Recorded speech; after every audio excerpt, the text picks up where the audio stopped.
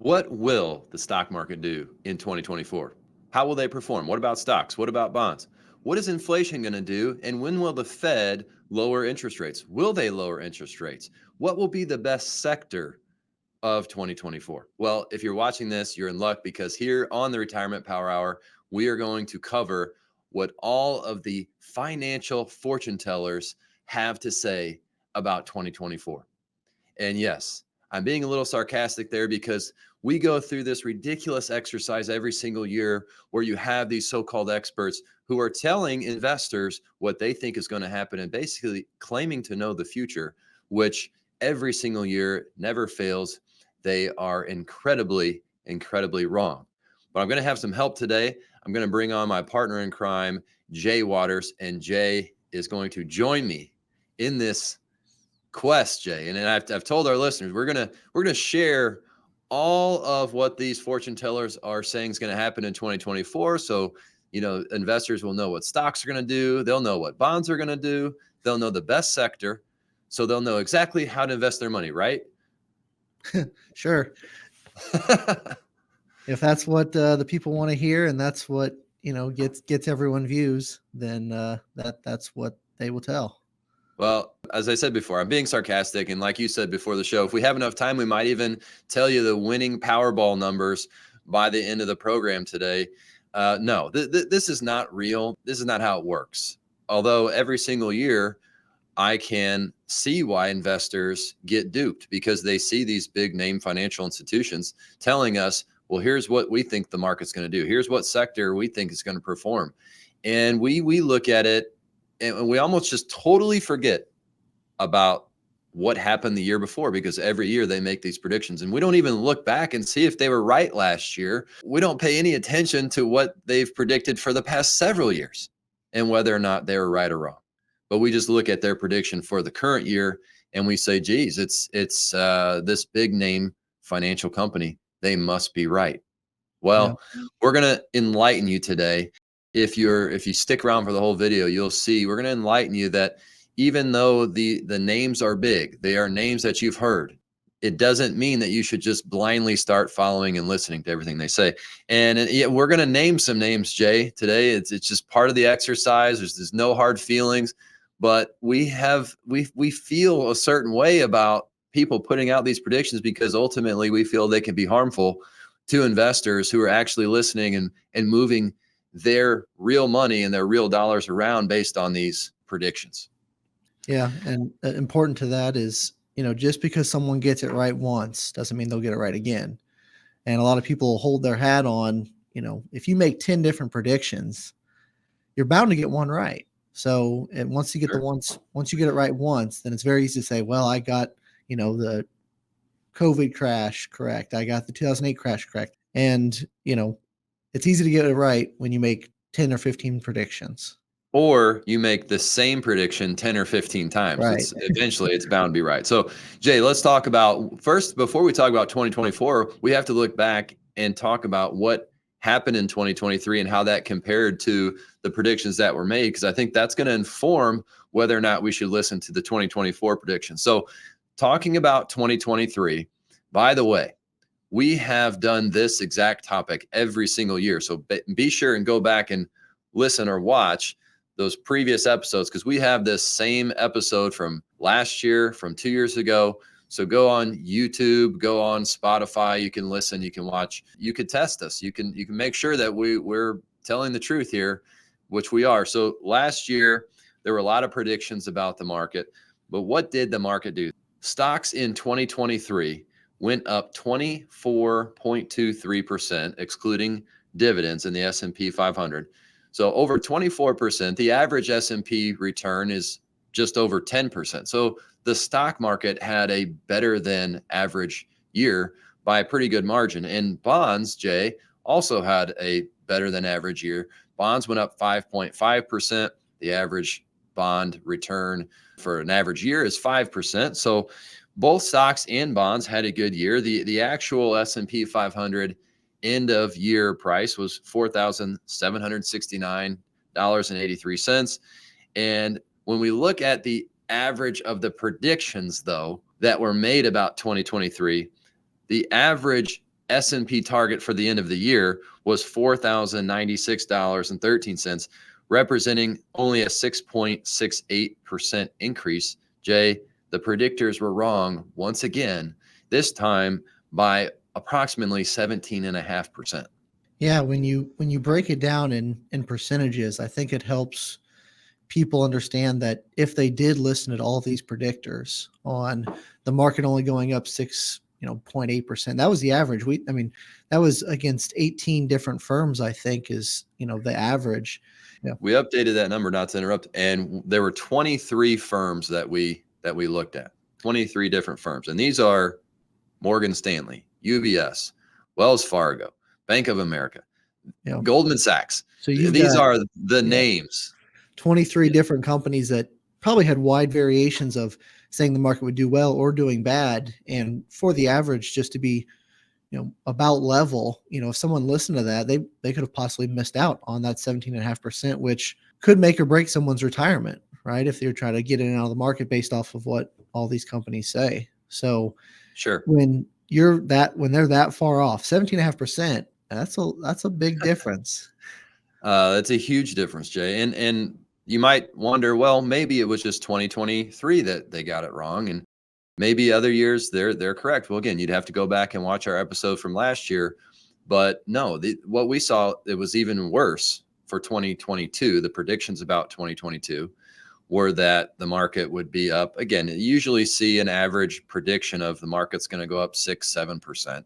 So it was the same for last year for 2022. And the market was down in 2022. And it was down 18%. So you saw about a 25% incorrect prediction, or the predictions were incorrect by about 25%. And you go back year by year and you continue to see this same pattern and the same trend. And by the way, for 2023, when you look at the 23 different firms that we evaluated, we looked at and this is public. I mean, you could go online. We'll include a lot of these links in our show notes just so you can see and fact check us. But not one firm out of the 23, not one, Jay, predicted correctly what the S&P 500 was going to do in 2023. Not a single firm. Yeah. Isn't that incredible? It is when they put the big statements out there that it is going to happen. If you claim to make those stakes, and again, like you said, not one single one was right, most people would think that they would be right because they are the big institution. They pound their chests and scream it on the news that, hey, this is what's going to happen. And again, year after year, we see that it's incorrect. Jay, here's what happens is you have, like you said, normal investors that take these predictions and they say, oh, geez, so-and-so thinks the market's going to go down by 10% this year. I better adjust my investments and not take so much risk because I'm getting close to retirement. I don't want to lose my money, whatever the case may be. Or they think so-and-so thinks the market's going to go up a bunch. So I'm going to all of a sudden get more aggressive, and it might not be a good thing for you to do that. And it all comes back to timing the market. And this has really become more of an entertainment type of industry. It's not an educational industry as it's held out to be. These people on TV, I won't name any specific stations, but these people, these experts, these analysts on TV, they don't know any more about what the market's going to do than you, Jay, than me, than my next door neighbor who's not a financial advisor. We all know the same thing about what the market's going to do the next 12 months, and that is zero, because we don't know the future. Who was out there saying, hey, COVID's going to happen, it's going to cause a huge steep market decline? Who was talking about COVID in October in October of 2019? To a degree, I almost think that some of these institutions don't care if they're right or wrong. No. They just want whatever's going to be the largest bold point that's going to make people watch, make people click, make people talk about it. So then it drives more views to their page, to their institution, whatever it may be, where, again, I don't know if they actually care at the end of the day if it's right or wrong. It's just whatever's going to get the most eyes on them. And that's a great point too, because as you know, here, being an advisor, serving individual clients and families, we are fiduciaries. We have to give advice that we feel is in the best interest of our clients. We have to act on their behalf. These people making predictions are not fiduciaries. They're not your fiduciary. they're just on a TV show, or they're typing their opinions for an online publication or newspaper. They have no obligation to the person consuming that information.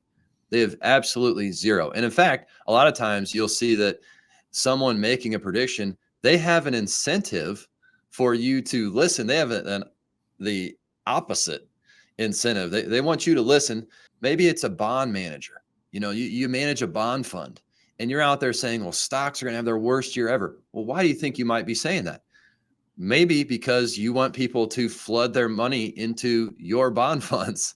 I mean, it's really not overly complicated to kind of see how these things work. Market manipulation I think is a real thing. I don't think I'm a conspiracy theorist for saying that there are people that go on these publications and these TV shows that try to manipulate markets. And maybe they're hedge fund managers, maybe they're bond fund managers, but at the end of the day, they have no obligation to you, the end listener. Yeah, there was a lot of good instances actually during COVID where I can recall it exactly, where some hedge fund managers I know went on these talk shows and, screamed bloody murder pretty much, that the market and the world was going to come to an end. Right. And again, there's always an ill motive or an incentive behind it. Typically when these people on these big talk shows talk about what exactly the market's going to do, like they have the crystal ball. Sure. And to a degree, the ones outside the hedge funds and just, people on different talk shows that really don't know much of anything about the market usually aren't even licensed, and they still make these statements because, like you said, at the end of the day, they're not a fiduciary. They're not your fiduciary. And they also don't know your situation. Absolutely. Well, there's more about 2023. Michael Arone of State Street. Now, let me clarify this, because Michael said, even in last year's predictions, that this exercise is very pointless. He's done it for a long time. It's a pointless exercise. So I don't want to be too hard on him. You've got people out there saying, look, here's what I think, but I don't know if it's going to happen, right? This is a ridiculous exercise. He's one of these people. So, he gets half credit, but he said European stocks will outperform US stocks in 2023. Well, that didn't happen. European stocks were up 12.64%. We talked about US stocks being up more than that. He also said financial stocks would outperform the market. There, he was correct. Financial stocks were up 25% versus US stocks, or the market being up 24.23%. So he's marginally right there. David Wagner from Aptus Capital, he said that volatility in 2023 could stay very high. It was very high in 2022. And he said that type of volatility could stay around for 2023. Well, 2023 is not what I would call a volatile year. In fact, there were just 63 trading days where the market swung over 1%. The 10-year average was 59 days. So it was pretty much an average year in terms of volatility. David Ryan, former hedge fund manager and protege of IBD founder William J. O'Neill, said value stocks would outperform growth in 2023. That didn't happen. Large growth was up 42+% versus large value, which was up 11.46%. Small growth was up 18.6% versus small value, which was up 14.6%. So we didn't even see that being close on that prediction, because growth did so well in 2023. This is one of my favorite ones, Jay.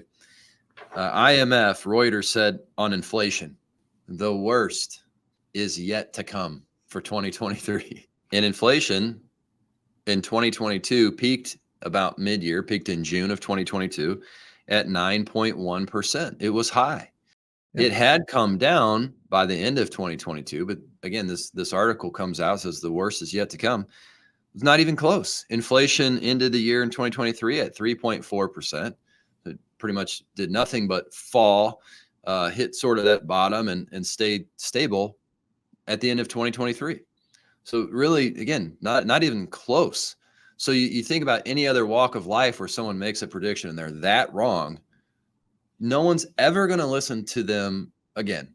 Think about your weatherman. Your weatherman says it's going to be 80 degrees outside tomorrow, guys. And then it's 20.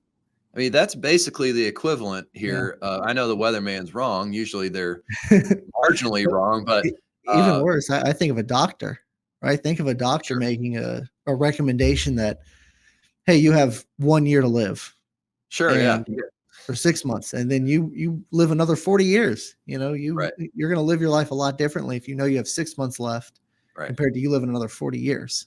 right. You got And stage 4 cancer, so get yeah, your affairs in order. And yeah, you actually didn't have it don't at even have all. cancer. Yeah, That's about how far apart some of these predictions are. A couple more. The Motley Fool, this is a publication a lot of people look at, a lot of people follow the Motley Fool and listen. And they said healthcare would be the top sector in 2023. Well, healthcare only rose 0.3%. Certainly wasn't the top sector. Again, not even close. Not only wrong, but just so far off, over 20%. And Motley Fool said Apple would fall below $100 a share in 2023. Well, it just didn't happen, Jay. Apple went up 48.91% in 2023, and it started the year around 120 in the 120s. It never closed below 124 in 2023, and that was in January of 2023. And it just basically continued to rise and close the year at 192. yeah, So huge difference. yeah, you got to understand these people are in the business of making predictions. They're not in the business of representing Right. you. They're not in the business of getting it right. They're just in the business of making predictions. If they can have people continue to come back and listen, well, they'll stay in business. So now when we go over these 2024 predictions, Jay, we'll just kind of bounce these back and forth here. But I want everyone listening to not forget what we just talked about. And I have to always say that, but don't forget what we just talked about. We're just putting this out there so that next year we can come around and say, well, here's what they said last year, and here's what actually happened. So you have a wide range of S&P targets when you look at 2024, what these institutions think. And again, we're looking at JP Morgan. It's predicting an 11% decline this year. Morgan Stanley predicting a 4.6% decline. Wells Fargo, a 2% decline. UBS, basically flat, about a 0.5% down. You've got Goldman Sachs, RBC, BMO, Deutsche Bank, Citi. They're all predicting an 8.1% market increase for 2024. And then you've got Oppenheimer Asset Management predicting a 10.2% increase. Yardeni Research predicting a 14.4% increase, and they were the biggest bull market predictor in this group of firms that we looked at, which also included Barclays and Bank of America, who thought the market would go up 1.7 and 6% respectively. And what's outstanding on these numbers and all these different institutions is that they are all supposed to be market experts, right? Because they're making these predictions. And if all these institutions have the crystal ball, why is everyone's answer so different? Right? If JP Morgan is assuming 11% drop, but Bank of America is on the opposite end, assuming a 6% increase, I mean, that's a 17% spread on, I mean, one's predicting a good market, one's predicting a bad market. That's two opposite ends of the pole. And both of these are people that, are household names that they see all the time on the news that are been around for a long time, and they're giving two completely different answers. Someone's got to be wrong. Someone's got to be wrong. Someone is not credible in this group. And there, spoiler alert, it's all of them. They're not, these are not credible predictions. Kudos to the ones that say, look, we don't know, but bad kudos for them continuing to put predictions. If they really believe that they don't know what they're talking about, they would just stop doing it. We don't put a Carson Allaria end of year target prediction out because we don't know. We're just being honest about that. Here's some other predictions, Jay. BlackRock says stocks and bonds will deliver positive returns and cash will underperform both. Great. I hope so. Morgan Stanley says diversify away from the magnificent seven, Jay, and go for value over growth. They like financials, industrials, utilities, consumer staples, and healthcare. Those are their favorite sectors. Those are the ones that are going to do well this year. We'll see. I got a couple more, Jay. James Demmert chief investment officer at Main Street Research, says the AI-fueled bull market could just be getting started. So again, we don't know. Jay, there's a couple more. I'll bounce some off you here. LPL recommends large cap growth over large cap value for 2024. Again, don't know which way it's going to go, growth or value. I think earlier you had just said that we did the distinction between growth and value, and growth was up 40 and value wasn't even close to that. Again, looking at Nigel Green, founder CEO of DeVere Group, says the Magnificent Seven will continue to perform well, but may not surpass the highs of 2023. Jeffrey Buckbinder, chief equity strategist for, again, LPL, says investors should expect stock market volatility in 2024 leading up to the November election. And again, we hear that a lot. We always hear, I think last year we heard, well, the year leading up to an election, there's a lot of swings because people know which way the election is going to go. Again, same thing here. During an election year, which way the market's going to swing, we don't know. This one even says it's a lot of these are vague assumptions, right? They should expect. It could be. Right. Correct. They don't know for certain. They're not using absolutes, which is a good thing. You shouldn't use absolutes when making those predictions, but they don't know at the end of the day. Yeah, and then you have again, we have to do it. The Motley Fool, they have an article here. There's 10 different predictions, Jay. 10. Some of their predictions include the economy will dip into a recession in 2024. The bear market will return in 2024. The yield inversion will end. REITs will thrive, or real estate will thrive. Core inflation will remain stubbornly high, if not reaccelerate. The AI, artificial intelligence bubble, will begin to burst. Utilities will be a top 3 sector in 2024, and Tesla will fall below $100 a share, which it's currently trading over $200 a share. So pretty bold prediction. We'll see.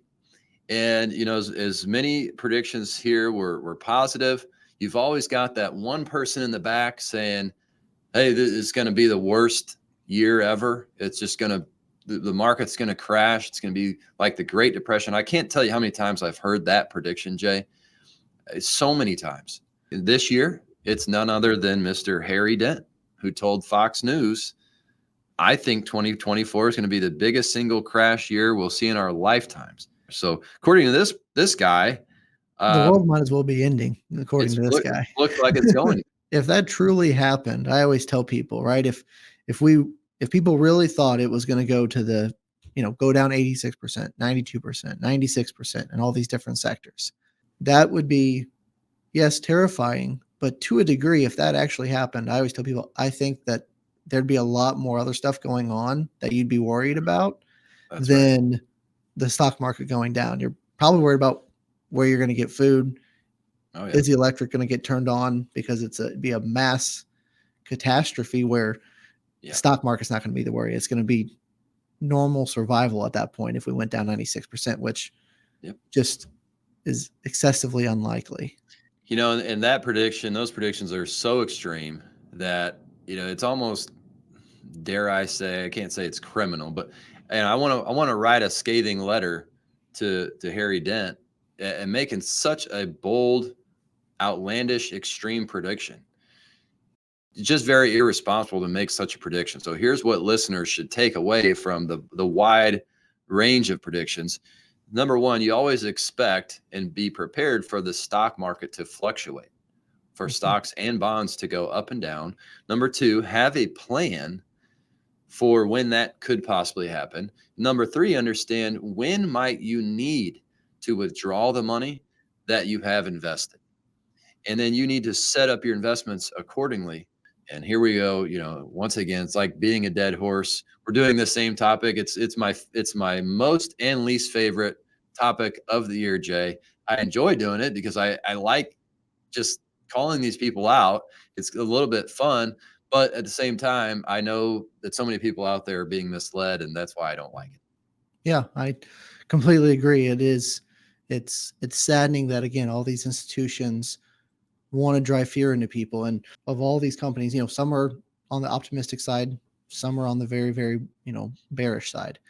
most people aren't going to read the article of we're, going to have a 50% bull year, right? That I don't think I've ever seen an article where it talks about that. Usually it's the opposite of we're going to see a 50% correction. Or like we say, no one's going to click on the article that says, hey, the market's going to go up, it's going to go down, have a plan, don't worry about it, stick to the plan. Yeah. That's it. Yeah. That's not two-sentence not article, very, and you could even say that the market's going to be flat, right? I mean, we don't know, but even if it said, hey, the market's just not going to, it's going to end where it began. It's just not a newsworthy article or a clickbait article. But the fundamental principles of investing that we share is not meant to, they're not going to elicit a lot of emotions, because good investing is not done with your emotions.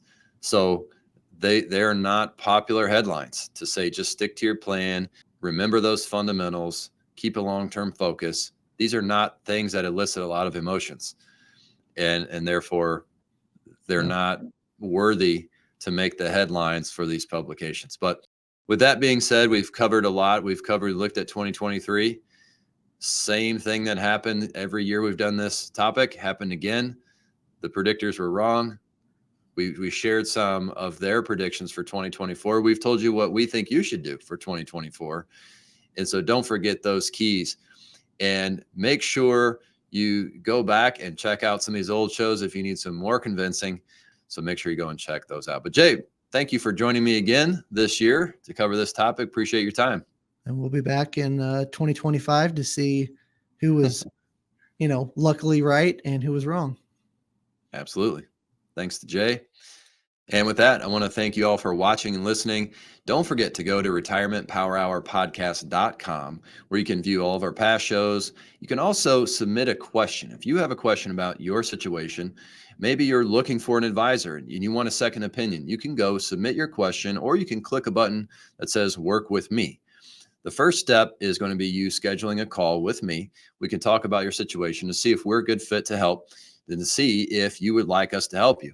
So that would be work with me. Again, you can submit your question. It's no obligation, and we'll read it on a future show.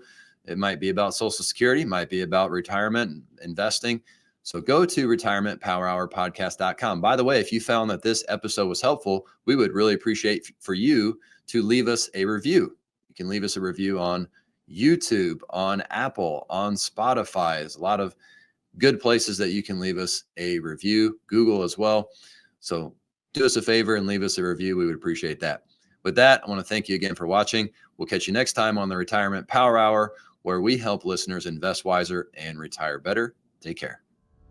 Thank you for listening to the Retirement Power Hour podcast. All material discussed on this podcast is for educational purposes only and should not be construed as individual tax, legal, or investment advice. Investing involves risk of loss, and investors should be prepared to bear potential losses. Past performance may not be indicative of future results. Joe Allaria is an investment advisor representative of Carson Allaria Wealth Management, a registered investment advisory firm. Information discussed on this podcast may be derived from third parties that are believed to be reliable, but Carson Allaria Wealth Management does not control or guarantee the accuracy or timeliness of such information and disclaims all liability for damages resulting from such sources. Any references to third parties are provided as a convenience and do not constitute an endorsement.